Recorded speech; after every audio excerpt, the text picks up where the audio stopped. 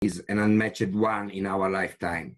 We experience that our food system and our health system are not really updated to the real citizen and society needs. Centralization of health treatment, hospital, such as concentration in food chain, have showcased all their weakness nowadays. In the months to come, maybe years, we will face an unprecedented economic crisis, and we need to fight this shifting from the business as usual to a business for people approach. We need a complete paradigm shift. Cities must rebuild a territorial food system with a high level of resilience, a new relation between urban and rural. How do it? Starting from public food service, investing in future generation, and where the right to a healthy food and the right to work are at the top of the list. Relocalization of farming and shifting into a small and medium scale model instead than an intensive model that is actually the mainstream. That should create thousands of jobs and recover our society from high percentage of unemployment. Giving a role to chefs, cookers, farmers, fishermen, in creating a new healthy recipe to feed people instead of using hyper-processed food. Food must become a commons instead a commodity. Public food service must be recognized as a common instead an utility, as it is today. Same for our health system. In Europe, the total food service market is rising 400 billion euro in revenue, employing more than 8.5 million workers. Is a huge economic sector and is facing a huge crisis nowadays. In this sector, the contribution of public food service, that is part of this giant's world, is rising 81 billion euro and is employing 2 million workers and serving each day 85 million meals to European citizens of any age, from children at school and elderly people. Food is a right. Food is a tremendous lever to prevent cardiovascular disease, diabetes, cancer, and many other diseases. Food is part of our life, is part of our intestinal microbiota. Many life losses in the last few days due to the coronavirus were already affected by this disease. Food is a huge lever to increase our immune defense and prevent disease. Recent scientific observation is showcasing that air pollution is a cofactor in extremely high level of COVID-19 lethality. Our society is sick. Now, cities as Milano, New York, that they are really impacted by the COVID-19, but many others are developed a food aid system to compensate the restrictive measures taken to limit the spread of the virus. Is not enough. We need to learn from this city and create more synergy in connecting the food dots. The world of food is composed by several food dots, from producer, distributor, processors, restaurant, supermarket. We have all the ingredients to make nice recipe. We need to connect different dots in order to assure also the diversity of our daily meal. Food diversity is one of the key factors also to protect our health.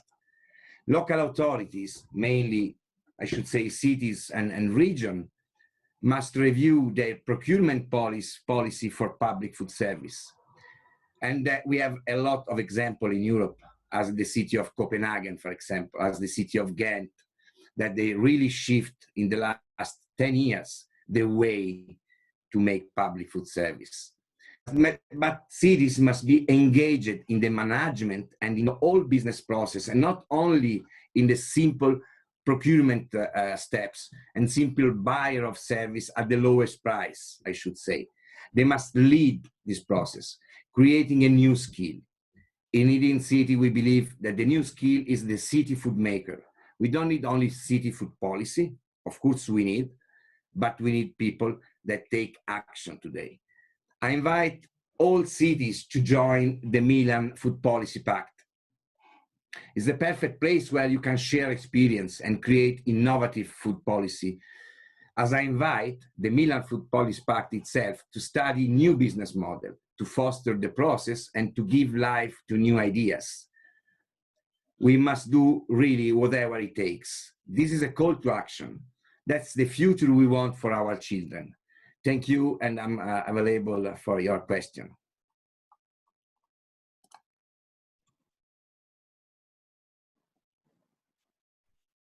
Thank you very much, Maurizio.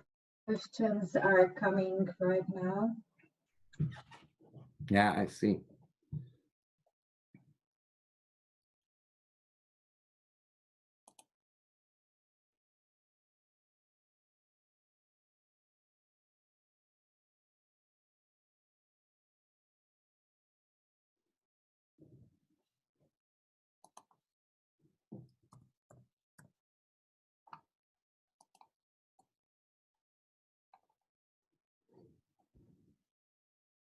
There is any question? I see that there is some written question. Yes, there are two people thanking you for the great presentation. There is one. How do you see this action in relation to the water energy food nexus? Of course, water is a huge part, is a big part of our food system, because without water, we cannot produce food. So that's open a huge window on sustainability on the food process. But of course, we need to reduce, for example, meat consumption, especially red meat consumption, in order to use less water, and because otherwise we will really face a huge water scarcity period in the future. Mm-hmm. Another question, what do you think the role of food as a common is for the future of the food system? That's a huge deal. Food must be a commons, because we can, and I give you an example. In the public food service is the field where I'm more expert. We cannot put the profit of a private company contracting the food service, and they have all the right to do, but we cannot do, because we need to save and to preserve the health of our children. So food must become a commons. Food must become available for everyone, and not only as it is today. Organic food is cost more than the junk food, and we assist to a kind of pandemic on obesity, for example, because low-income people have no access to the right food, to the good food. They have access only to the junk food sometimes. So food must become a commons, starting from public food service, starting from the taxpayer money we use to provide canteen service in every city of the world. Okay, thank you. Another question: how do we ensure the same economy of large-scale farming replicated in smaller-scale farming closer to city? It's very simple. Maybe you are not aware that 50% of the world population is fed by small farming activity, by the so-called family farming. So we don't need, we are wasting a high percentage of food in post-consumption, but we are also losing, it's the so-called food losses in the field, and nowadays more, because we have no worker to harvest. That is a paradigm that we have enough arable land to feed all the people with a low impact system. I don't say that we need only organic agriculture, we need agroecology. We need to rethink the way to produce, and we need to relocalize food production. It's really crazy to move and to deliver food all over the world. I remember one, I don't want to say the name of the city, but I was working for a big city in Italy that they were putting in the school canteen organic apple, and this organic apple was coming from China.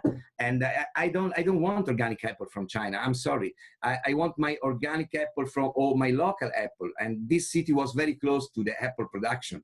So we need to rethink the food miles. As we know already, the air pollution that is coming from the so-called food miles is a huge problem nowadays. So we have enough arable land. we can shift into a more sustainable paradigm of food production. Thank you. Next question, to summarize, what's the best first step to make this vision reality? What is the most essential first step? I should say, as I told before, public food service only in Europe is providing 85 million meal per day. So one citizen over 5, and maybe more if we account the active people, is concerned by this kind of service. So it's the first place where I will try to shift. So we can really create a new model of public food service, providing to the two sides of this actual society that they are more weak, children and elderly people. In this coronavirus is more elderly people, but in the world, if there is two sides of the society that they are not really so well protected by the marketing, by the pressure, the high pressure of the marketing, is the youth and the pupils and the elderly people. So starting from, for example, elderly house, starting from school canteen, we can start to provide good food, and food that is produced by local actors that together with the city and with all the actors of the city, the food actor, distributor, processor, and farmers and fishermen, should create as a whole a food system, a local food system. That is a starting point. And after, of course, we need to scale up, but it will be already a big success if we arrive to shift the public food service model, and using joint venture system with private. We don't need only to internalize the service. We can work between private and public, but under another mentality, another approach, as I told, from business as usual, so business only for profit, to a business for people, business that is able to cover the real needs of people. Thank you very much, Maurizio. Great discussion with very essential points for our future, for the future not only of Europe, but also the future of the world. Unfortunately, we have to interrupt the session here.